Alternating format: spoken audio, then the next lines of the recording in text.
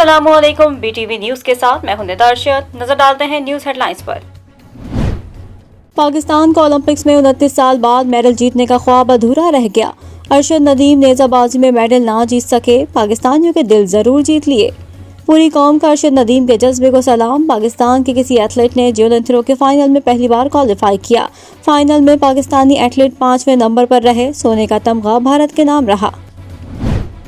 چچا اور بھائی کے خون کا بدلہ لینے کے لیے مبشر کھوکر کو قتل کیا۔ نامزد صوبائی وزیر اسد کھوکر کے بھائی کے قاتل کے سنسنی خیز انکشافات۔ بیان میں کہا کہ شادی کی تقریب میں مہمانوں کے ساتھ داخل ہوا، وزیر اعلیٰ پنجاب کے جاتے ہی مبشر پر فائرنگ کر دی۔ قتل کا مقدمہ ملزم ناظم کے خلاف درج، مبشر کھوکر کو سپرد خاک کر دیا گیا۔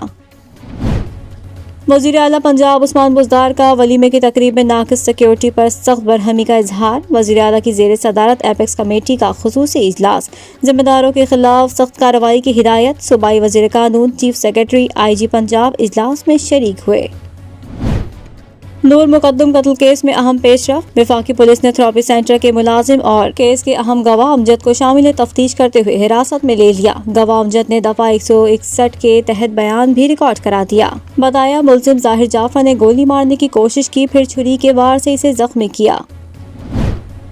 کراچی میں کورونا کی چوتھی لہر کی شدت میں کمی، وزیر اعلیٰ سندھ مراد علی شاہ کی میزبانی میں NCOC کا اجلاس۔ شرکاء کو بریفنگ میں بتایا گیا کراچی میں 67% کیسز لاہور، اسلام آباد، پشاور، راولپنڈی اور حیدرآباد سے آ رہے ہیں۔ انڈین ڈیلٹا ویریئنٹ سے کراچی زیادہ متاثر ہے۔ اجلاس میں وفاقی وزیر اسد عمر، صوبائی وزراء اور دیگر کی شرکت۔ سندھ میں کورونا لاک ڈاؤن ختم ہونے کا امکان، 9 اگست سے کاروباری سرگرمیوں کی اجازت دے دی جائے گی۔ ایڈمنسٹریٹر کراچی مرتضی وہاب کہتے ہیں نیا نوٹیفیکیشن جاری کر دیا جائے گا۔ سم بند کرانے کا فیصلہ ویکسینیشن میں گیم چینجر ثابت ہوا۔ پاکستان میں کورونا کا زور کم نہ ہوا، اموات میں مسلسل اضافہ، ایک دن میں مزید 95 افراد جاں بحق، اموات کی تعداد 23,797 ہو گئی، 4,720 نئے کیسز رپورٹ۔ کورونا کے پھیلاؤ کی شرح 8.24% رہی۔ KP میں ایک اور مسیحا کا کورونا سے انتقال، ایوب میڈیکل کمپلیکس کے ڈاکٹر احسان الحق کورونا سے جاں بحق۔ چین سے سائنو فارم ویکسین کی کھیپ اسلام آباد پہنچ گئی، 7,92,000 ڈوز اسلام آباد لائی گئیں۔ آئندہ 36 گھنٹوں میں چین سے سائنو فارم کی مزید 2 کھیپ پہنچیں گی۔ اگلے سال اگست تک الیکشن اور حالات تبدیل ہوں گے، بڑی تبدیلی دیکھ رہا ہوں، مشیر زراعت سندھ منظور وسانت نے نیا خواب دیکھ لیا۔ کہتے ہیں الیکشن سے پہلے بہت سے لوگ PTI چھوڑ کر دوسری پارٹیوں میں جائیں گے، عمران خان اور اسٹیبلشمنٹ میں اختلافات ہوں گے۔ شفاف انتخابات کے انعقاد کے لیے اہم پیش رفت، وزیر اعظم عمران خان نے الیکٹرانک ووٹنگ مشین کی کارکردگی جانچنے کے لیے مشین سے ووٹ ڈالا۔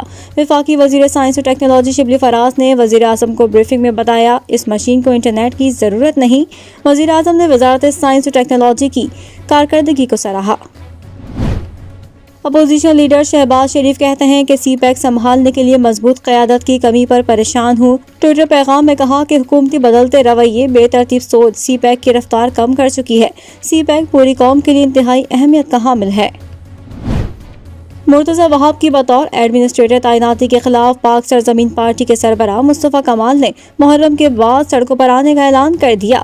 پریس کانفرنس میں کہا پیپلز پارٹی نے سندھ کو آصف زرداری کی جاگیر بنا دیا، پیپلز پارٹی کے سندھو دیش کا منصوبہ کامیاب نہیں ہونے دیں گے۔